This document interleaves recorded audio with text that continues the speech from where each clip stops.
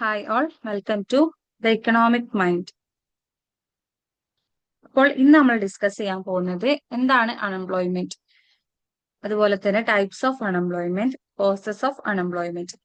ഈ കാര്യങ്ങളാണ് ഇന്ന് നമ്മൾ ഡിസ്കസ് ചെയ്യാൻ പോകുന്നത്. ഇതുവരെ ചാനൽ സബ്സ്ക്രൈബ് ചെയ്യാത്തവരാണെങ്കിൽ സബ്സ്ക്രൈബ് ചെയ്ത് സപ്പോർട്ട് ചെയ്യാം.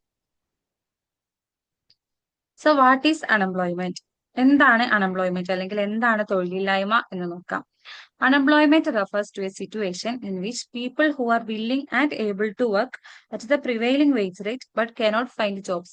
അതായത് തൊഴിലില്ലായ്മ എന്ന് പറഞ്ഞാല് നമ്മുടെ സൊസൈറ്റിയിൽ അവൈലബിൾ ആയിട്ടുള്ള ഏത് തൊഴിലെടുക്കാനും ആളുകൾ തയ്യാറാണ്.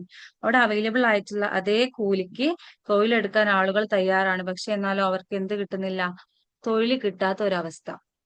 അതായത് 500 രൂപയാണെങ്കിൽ 500 രൂപയ്ക്കും ഏത് തൊഴിൽ ചെയ്യാനും അവർ തയ്യാറാണ്. പക്ഷെ തൊഴിൽ ലഭിക്കാത്ത ഒരവസ്ഥ. അവിടെ തൊഴിലിന്റെ എണ്ണം കുറവായിരിക്കും, എന്നാലോ തൊഴിലാളികൾ കൂടുതലും തൊഴിലിന്റെ എണ്ണം കുറവും. ആ ഒരു അവസ്ഥയാണ് എന്തെന്ന് പറയുന്നത് അൺഎംപ്ലോയ്മെന്റ് എന്ന് പറയുന്നത്. Clear? Types of unemployment. Different types of unemployment ഉണ്ട്. Disguised unemployment, seasonal unemployment, structural unemployment, frictional unemployment, educated unemployment. അപ്പൊ ഓരോന്നും എന്താന്ന് നോക്കാം. First, disguised unemployment. It is common in agricultural sector. Agricultural സെക്ടറിലാണ് ഈ ഡിസ്ഗൈസ്ഡ് അൺഎംപ്ലോയ്മെന്റ് നമുക്ക് കോമൺ ആയിട്ടും കാണാൻ പറ്റുന്നത്. More people are employed than actually needed. അതായത് ശരിക്കും ഇപ്പൊ ഒരു തൊഴിൽ ചെയ്യാൻ വേണ്ട ആൾക്കാരെക്കാട്ടിലും കൂടുതൽ ആൾക്കാർ ആ തൊഴിൽ മേഖലയിൽ ഉണ്ടാവും. അതിനെയാണ് നമ്മൾ ഡിസ്ഗൈസ്ഡ് അൺഎംപ്ലോയ്മെന്റ് എന്ന് പറയുന്നത്. Marginal productivity of some workers is zero. ചില വർക്കേഴ്സിന്റെ മാർജിനൽ പ്രൊഡക്ടിവിറ്റി എന്ന് പറയുന്നത് എന്തായിരിക്കും? സീറോ ആയിരിക്കും.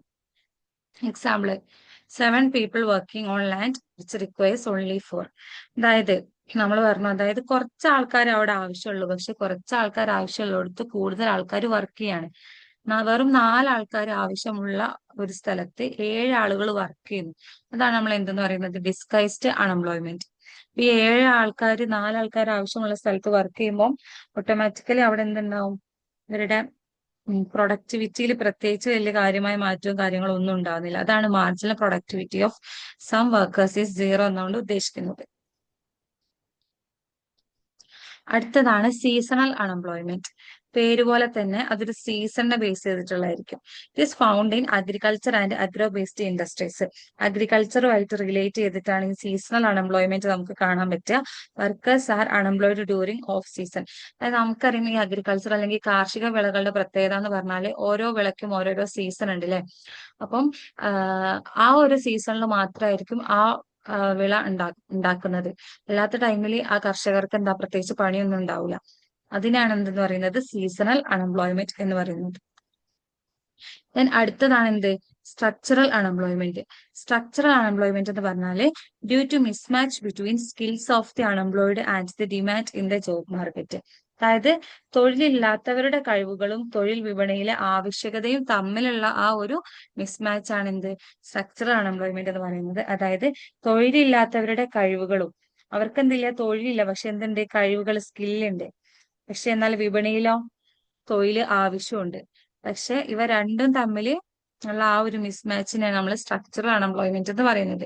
It is common in developing countries. India പോലുള്ള ഡെവലപ്പിംഗ് ഇക്കോണമീസിലാണ് സ്ട്രക്ചറൽ അൺഎംപ്ലോയ്മെന്റ് കൂടുതലായിട്ടും കാണപ്പെടുന്നത്. അടുത്തതാണ് ഫ്രിക്ഷണൽ അൺഎംപ്ലോയ്മെന്റ്.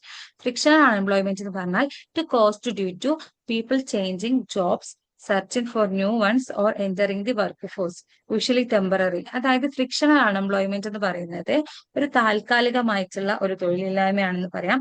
ഇത് പ്രധാനമായിട്ടും പെട്ടെന്ന് ജോലി റിസൈൻ ചെയ്യുന്ന ആൾക്കാർ, അതുപോലെ തന്നെ പുതിയ ജോബ് തെരഞ്ഞു പോകുന്ന ആൾക്കാർ, ഇത്തരത്തിലുള്ള ആൾക്കാരിലാണ് ഈ ഫ്രിക്ഷണൽ അൺഎംപ്ലോയ്മെന്റ് കാണപ്പെടുക. അടുത്തതാണ് എന്ത്? Educated unemployment. എഡ്യൂക്കേറ്റഡ് അൺഎംപ്ലോയ്മെന്റ് എന്ന് പറഞ്ഞാൽ people with academic degrees but no suitable employment. അതായത് എഡ്യൂക്കേഷൻ എല്ലാ കാര്യങ്ങളും ഉണ്ട്, നല്ല ജോലി സാധ്യതയ്ക്കുള്ള കോഴ്സുകളും കാര്യങ്ങളൊക്കെ പഠിച്ചു, പക്ഷെ അവര് പഠിച്ച ആ ഒരു എഡ്യൂക്കേഷനും റിലേറ്റ് ചെയ്തിട്ടുള്ള ജോബ് അവർക്ക് എന്ത് ചെയ്യുന്നില്ല? കിട്ടുന്നില്ല. ആ ഒരു സിറ്റുവേഷൻ ആണ് എന്ത്? എഡ്യൂക്കേറ്റഡ് അൺഎംപ്ലോയ്മെന്റ് എന്ന് പറയുന്നത്. It reflects a lack of skill development or job opportunities. Job ഓപ്പർച്യൂണിറ്റീസിന്റെ അഭാവവും അതുപോലെ തന്നെ സ്കില്ല് ഡെവലപ്മെന്റ് ഇല്ലായ്കയും എല്ലാം ഈ എഡ്യൂക്കേറ്റഡ് അൺഎംപ്ലോയ്മെന്റിന് കാരണമാണ്. ക്ലിയർ? അടുത്തതാണ് എന്ത്? Causes of unemployment. ഈ അൺഎംപ്ലോയ്മെന്റ് ഉണ്ടാവാൻ നിരവധി കാരണങ്ങൾ ഉണ്ടാവും. ആ കാരണങ്ങൾ ഏതൊക്കെയാന്ന് നോക്കാം. First one is over population. Over population ഒരു വലിയ കാരണമാണ്.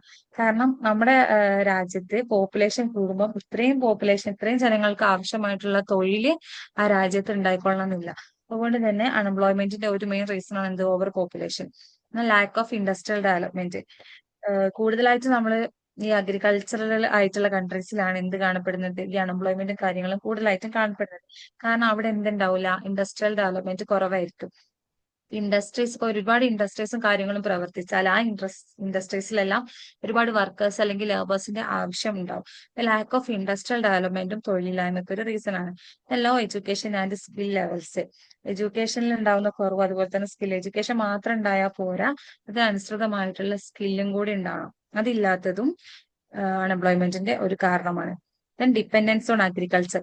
കൂടുതലായിട്ട് നമ്മൾ അഗ്രികൾച്ചറിനെ മാത്രം ഡിപ്പെൻഡ് ചെയ്തിരിക്കുന്നതും അൺഎംപ്ലോയ്മെന്റിന്റെ ഒരു കാരണമാണ്. കാരണം എല്ലാവരും അഗ്രികൾച്ചറിലേക്ക് തന്നെ പോകുമ്പോൾ നമ്മൾ നേരത്തെ പറഞ്ഞതുപോലെ തന്നെ 4 ആൾക്കാർ ആവശ്യമുള്ളിടത്ത് 7 ആൾക്കാരായിരിക്കും തൊഴിലിന് ചെയ്യുക. ഈ ഓവർ ഡിപ്പെൻഡൻസ് ഓൺ അഗ്രികൾച്ചറും തൊഴിലില്ലായ്മയെ സ്വാധീനിക്കുന്ന ഒരു കാരണമാണ്. Then slow economic growth.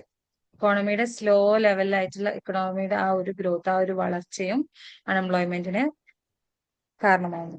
ഞാൻ seasonal nature of agricultural work. നമ്മൾ നേരത്തെ പറഞ്ഞതുപോലെ തന്നെ അഗ്രികൾച്ചറൽ വർക്കിന്റെ ആ സീസൺ, ഓരോ സീസണിലായിരിക്കും അഗ്രികൾച്ചറൽ വർക്ക് ഉണ്ടാവുക. ആ ഒരു നേച്ചർ എന്തിന് കാരണമാവുന്നുണ്ട്? അൺഎംപ്ലോയ്മെന്റിന്റെ കോസിന് കാരണമാവുന്നുണ്ട്. ക്ലിയർ? അപ്പൊ ഇന്ന് നമ്മൾ ഡിസ്കസ് ചെയ്തത് എന്താണ് അൺഎംപ്ലോയ്മെന്റ്, തൊഴിലില്ലായ്മ എന്ന് പറഞ്ഞാൽ എന്താണ്, അതിന്റെ വ്യത്യസ്ത ടൈപ്സ് ഓഫ് അൺഎംപ്ലോയ്മെന്റ് ഏതൊക്കെയാണ്, അതുപോലെ തന്നെ കോസസ് ഓഫ് അൺഎംപ്ലോയ്മെന്റ് ഏതൊക്കെയാണെന്നാണ് ഡിസ്കസ് ചെയ്തത്. ഇനി നമ്മുടെ ഇന്ത്യൻ ഗവൺമെന്റ് ഒരുപാട് പ്രോഗ്രാംസും കാര്യങ്ങളും ഇംപ്ലിമെന്റ് ചെയ്തിട്ടുണ്ട്. എന്തിന്? ഈ തൊഴിലില്ലായ്മ കുറയ്ക്കാൻ വേണ്ടിയിട്ട്. ആ പ്രോഗ്രാംസ് ഏതൊക്കെയാണ് നമുക്ക് അടുത്ത ക്ലാസ്സിൽ പറയാം. Thank you.